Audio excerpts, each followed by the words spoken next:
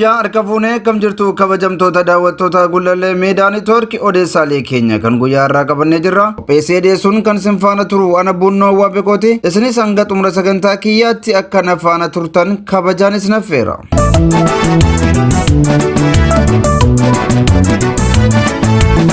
Mata duree keenya guyyaa irraatiin mootummaa abbaa irree Itoophiyaa waliin wal'aansuurra kan jiru waraanni bilisummaa Oromoo loltoota haaraa saayinsii waraanaa fi siyaasaan barsiisaa ture xumuruun eebbisiisee jira. Wantoota odeeffannee irraa isin biraan geenya.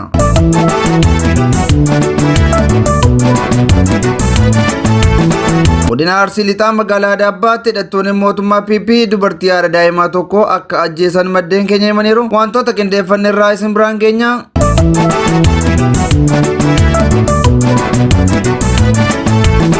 Godina Wallagga Lixaa aanaa Qondaalaa keessatti namoonni lama waraana faashistii PP rukutamuun tokko ajjeefamuu kaan immoo madaa'uunsaas beekamee jira.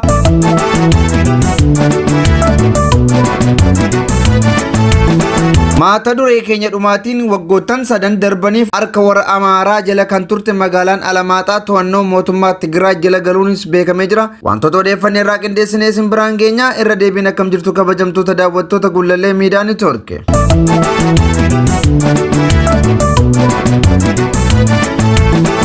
Mootummaa abbaa irree Itoophiyaa waliin wal'aansuurra kan jiru waraanni bilisummaa Oromoo loltoota haaraa saayinsii waraanaa fi siyaasaa barsiisaa ture xumuruun eebbisiisee jira. Waggoottan 6 darbaniif mootummaa abbaa irree Itoophiyaa waliin wal'aansuurra kan ture waraanni bilisummaa Oromoo kutaalee Oromiyaa hundaa keessatti loltoota haaraa leenjisuun ramadee falmiirra akka jiranis ni beekama. Haaluma kanarraa ka'uun waboon guyyaa har'aa miseensota isaa leenjii xumuran eebbisiisuun waadaa erga seensisee booda amaanaa uummataa isaanitti kennuun dirree falmiitti ramadee jiras jedhameera. Mootummaan Itoophiyaa yeroo ammaa biyya unkuraa jiru olola waraanni bilisummaa Oromoo harka kennachaa jira jedhu afarsaa jiraachuu isaas ni yaadatama. Faallaa olola isaatiin garuu waraanni bilisummaa Oromoo loltoota kumaatamaan leenjisaa kan jiru waggaa ta'u dhibbootaan kan lakkaa'aman immoo loltoota mootummaas booji'aa akka jiru ragaaleen ba'aa jiran ni mul'isu. Waraanni bilisummaa Oromoo kutaalee Oromiyaa hundumaa keessatti loltoota isaa ramaduudhaan tarkaanfii mootummaa PP biyya goolaa jirtu irratti fudhatus jabeessee itti fufee jiraachuun isaas ni beekama. Waraanni bilisummaa Oromoo imaammata isaa leenjii alooluu lolaa leenjuu jedhu baafachuudhaan loltoota mootummaa Itoophiyaa waliin wal waraana miseensota isaa haaraa leenjisaa ture immoo eebbisiisuudhaan dirree qabsoottis makaa jira. Kanumaanis guyyaa har'aa loltoonni haaraan waraana bilisummaa Oromootiin eebbifaman uummata Oromootiif waadaa seenuudhaan bakka ramaddii isaaniitti akka ramadaman miidiyaaleen waraana bilisummaa Oromoo addeessanii jiru.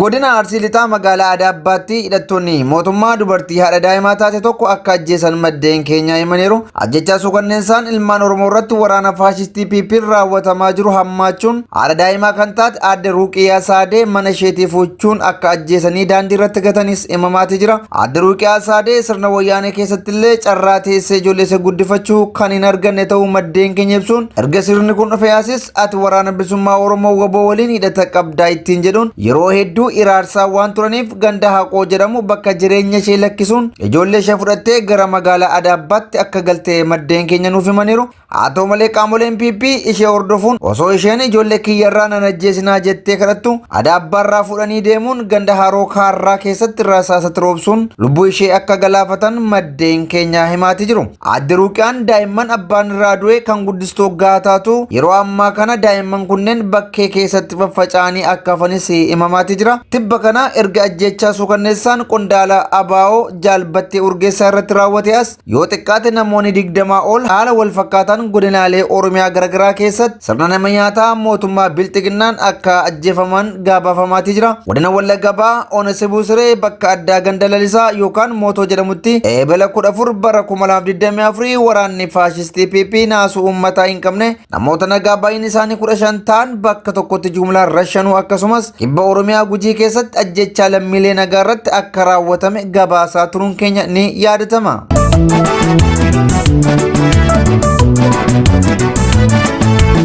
Godina Wallagga Lixaa aanaa Qondaalaa keessatti namoonni lama waraana faashistii PP rukutamuun tokko ajjeefamu tokko immoo madaa'uunsaas himameeti jira. Morni bilxiginnaa sochii dargaggoota Oromoo dhaabsisuuf dargaggoota Oromoo akka bineensaatti adamsuun rasaasaa rukutee ajjeesuu itti fufee jira. Aanaa Qondaalaatti loltoonni mootummaa maqaa sakatta'iinsa waboo jedhuun bobbaafaman ganda Boojjii Gaara Arbaa jedhamutti dargaggoo bultii jedhamu rasaasaan tumanii ajjeesuun isaaniis himamaati jira. Dargaggoon rasaasa mootummaan ajjeefame kun dhalataa aanaa mana Sibuu kan ta'ee fi dhimma hojii yerootiif gara aanaa Qondaalaa kan imale ta'uunsaas beekameera. Kana malees dargaggoon ammaaf maqaan isaa hin baramne rasaasatti dhukaasuun kan madeessan hoggaa ta'u isin seelii shaneeti jechuun akka yakka ajjechaa fi madoo kana raawwatanis beekameeti jira. Mootummaan abbaa irra Itoophiyaa yakka waraanaa saba Oromoo irratti raawwataa jiru itti fufuunsaas mirkanaa'eera.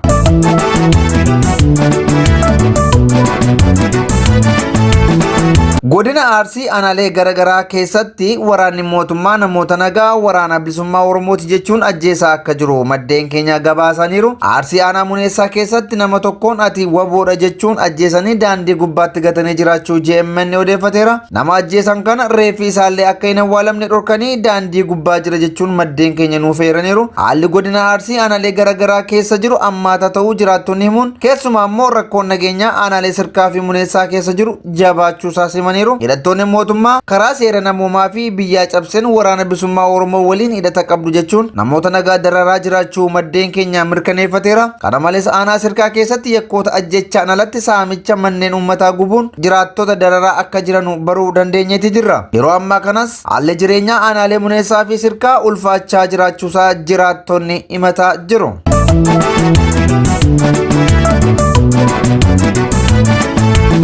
Waggoottan sadan darbaniif harka warra Amaaraa jala kan turte magaalaan Alamaaxaa to'annoo mootummaa Tigraay jala galuun beekameeti jira. Wal waraansa mootummaa federaalaa fi garee TPLF gidduu gugachuun qabeenya uummataa saamaa fi dachee qonnaan bultoota naannoo Tigraay humnaan qabachaa kan ture garee warra Immiyyee Amaaraa yeroo ammaa kana haleellaa humni waraanaa federaalaa raayyaan ittisa biyyaa Itoophiyaa isaan irratti baneen magaalaa Alamaaxaa fi Koromiin gadi dhiisanii lakkisuun isaanii himameeti jira. Akkaataa waliigaltee waraana dhaabuu garee TPLF fi mootummaa Itoophiyaatti caasaan bulchiinsa Tigraay kan yeroo nagaa ture bakkatti deebi'uun hojii eegaleeras jedhameera. Kana malees erga humni Amaaraa guyyaa kaleessaa naannoo Alamaaxaa gadi lakkisee booda buqqaatonni Tigraay humnoota Amaaraan buqqifaman gara qe'ee isaaniitti akka deebi'aa jiran koreen hojicha raawwachiisuu ibseeti jira. Erga humnoonni federaalaa Alamaaxaa to'atanii booda gareen warra Risti Mallaashii dheekkamaa kan jiran hoggaa ta'u gareen TPLF waraana nurratti labseera jechuun dubbataate jiru. Hoogganaan bulchiinsa yeroo Tigraay obbo Geetaachoo Raddaa waca warra Immiyyeef deebii hoggaa kennan walitti bu'insa raawwateef farra waliigaltee Pretooriyaatu itti gaafatamas jedhaniiru. Humnoonni Amaaraa lafa warra Tigraay kan Walqaayitii fi Umaraa dabalatee bakkoota hedduurraa namoota nagaa buqqisanii jiru. Gareen naannoo Tigraay hoogganu garuu laficha deebisuuf tooftaalee kamiinuun hojjechaa akka jiru himeetii jira.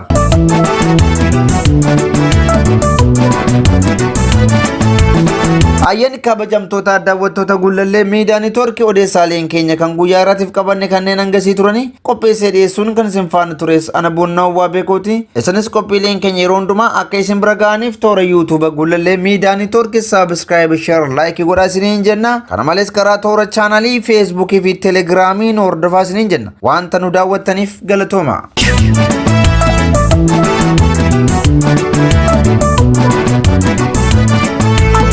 Thank you.